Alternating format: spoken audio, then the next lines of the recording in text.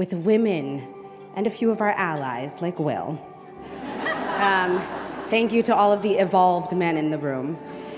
Usually, when I come here, I really love to, just hang out and kiki and network a little, see some friends and listen and get inspired.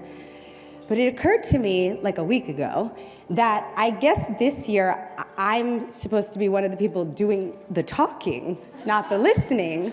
So I went back to my email because I was like, what is this award for? And I reread it. Thank you, publicist. Thank you, Katie Michelle, for sending me that.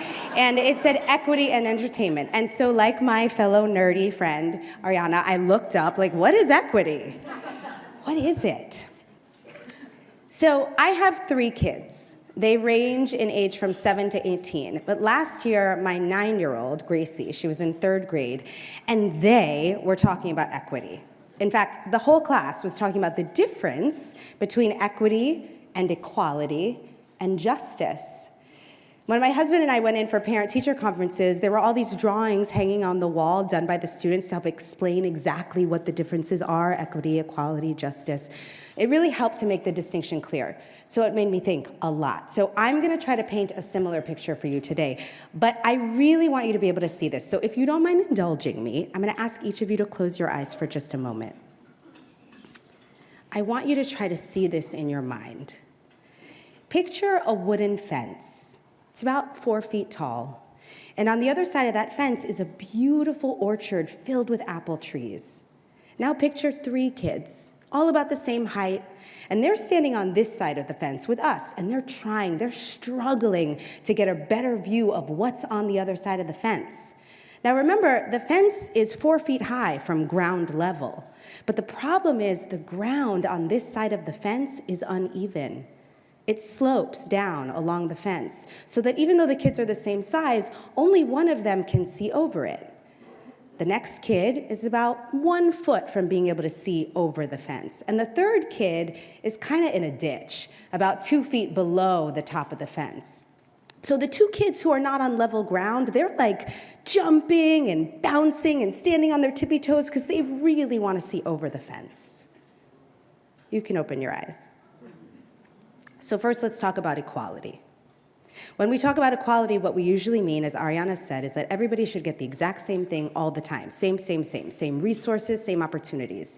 So in the story of these 3 kids, that means that maybe somebody comes along with a box that's about 1 foot high, right? 3 boxes. They give the exact same box to all 3 kids. Is it helpful? You tell me. Maybe you need to close your eyes again. The kid who could already see over the fence is now towering over the fence and is like, maybe I should just jump this fence, climb inside the orchard, and get some apples. The second kid can now just barely see into the orchard and is amazed. She's trying to make sense of it. She's wrapping her head around the vast landscape of apple trees that she wasn't able to see before. And the 3rd kid, well, she still can't see over the fence. The problem is that ditch, it's deeper than 1 box can fix. So everyone has gotten the same resources, equal assistance, but not all 3 kids are going to go home with apples. Not unless they work together, and maybe not unless we step in and acknowledge that they each need a different level of support, a different kind of assistance. That's the challenge with equality. Giving the same thing to different people who are at different starting points doesn't allow everyone the same opportunity to succeed.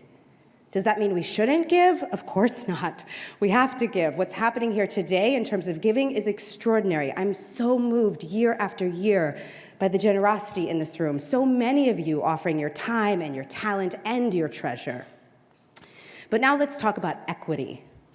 From a social science, civic justice perspective, equity, the equity model, is not about giving every person the same box.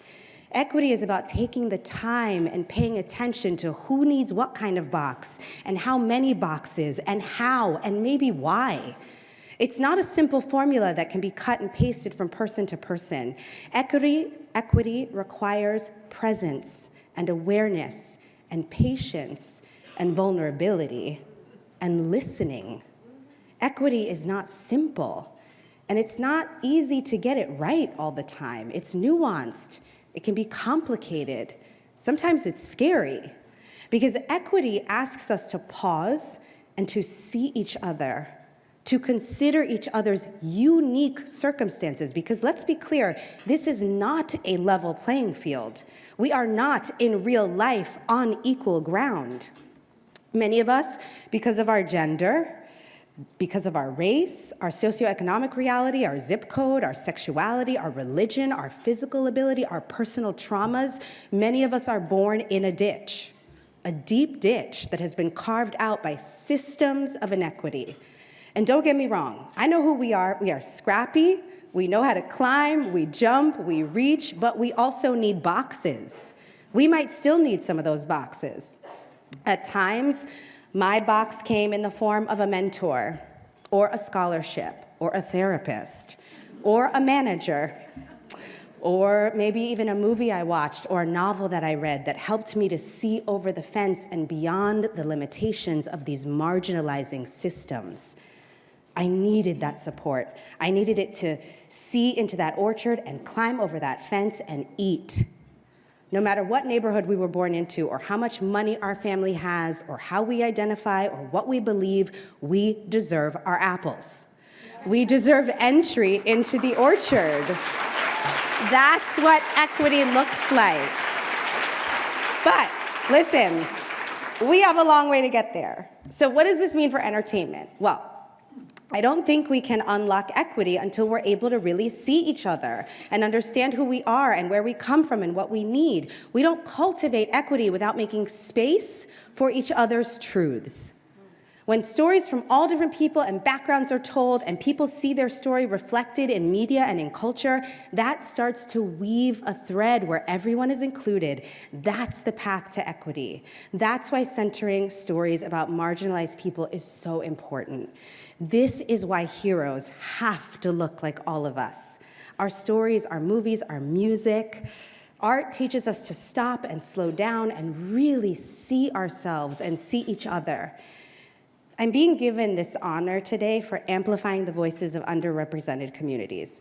I guess, in a way, for using storytelling and narrative entertainment as a box that uplifts characters and communities to get them to get us over the fence and into the orchard. At Simpson Street every day, we're asking people to step into these stories with us and consider each other's deeper humanity with projects like Confirmation and American Sun and Little Fires Everywhere and God Bless Norman Lear live in front of a studio audience and Unprisoned and Reasonable Doubt.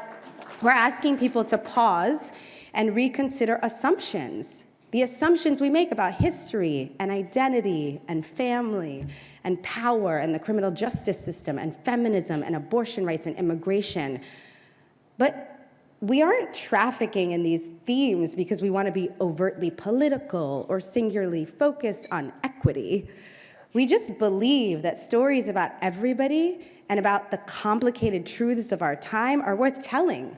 So we tell them with a lot of laughter and drama and danger and sex appeal and beauty and cliffhangers galore. Whether it's the stories we're telling or the advocacy work that we do around civic engagement and voting justice at my company across verticals, we believe in agency, in developing people's own power to transform their lives, in encouraging people to see themselves as the lead character in the story of their lives. But I know that that's not always easy. I wrote my memoir, Thicker Than Water, partly because I realized that I wasn't living my life as the protagonist of my story. But if you know anything about the book, then you know that I also struggled with what it meant to center myself on my own hero's journey while still honoring the full humanity of my parents. Ironically, in the end, my parents are the heroes of my memoir. But I think that's so much of what the battle for equity is going to require. That we, as we step into the center of our lives and of our stories, that as women, as people of color, as members of the LGBTQ+ community, as people with differently abled bodies, from marginalized religions, that we then also be willing to uplift others and to be supporting characters in their stories so that they can be the lead characters in their own lives too. And I think when I stand up here and look at you guys, I think that's what today is about, right? It's about stepping into our power and then sharing it with each other. It is so beautiful to be here and to feel that sense of community and generosity. And I think that's how we get to that third word. I think that's how we get to justice. Because justice isn't about giving everybody the exact same box. And it's not even about giving out the right kind of boxes to exactly who needs them so that everybody can get over the fence. Justice is about leveling the ground and ripping the fucking fence down. Justice is about dismantling the systems that prevent us from getting to the other side of our greatness. And we have to do that together. Mornings like this are so special because they are a glorious glimpse into what that might feel like one day. So thank you all for being here. Thank you for this honor. I'm going to do everything I can to try to live up to it. And I pray that all year long, we continue to celebrate one another and support each other and lift each other up as we work together toward a world with more equity and more equality and more justice and apples for all.